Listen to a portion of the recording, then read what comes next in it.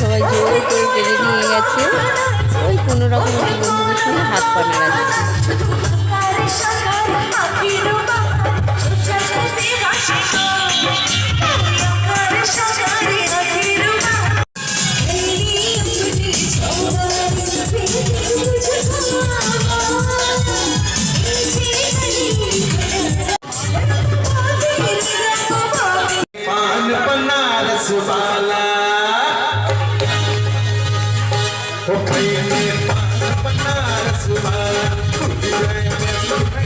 এখন রওনা দিচ্ছি সোমাদির বাড়িতে আমাদের আমন্ত্রণ রক্ষা করতে।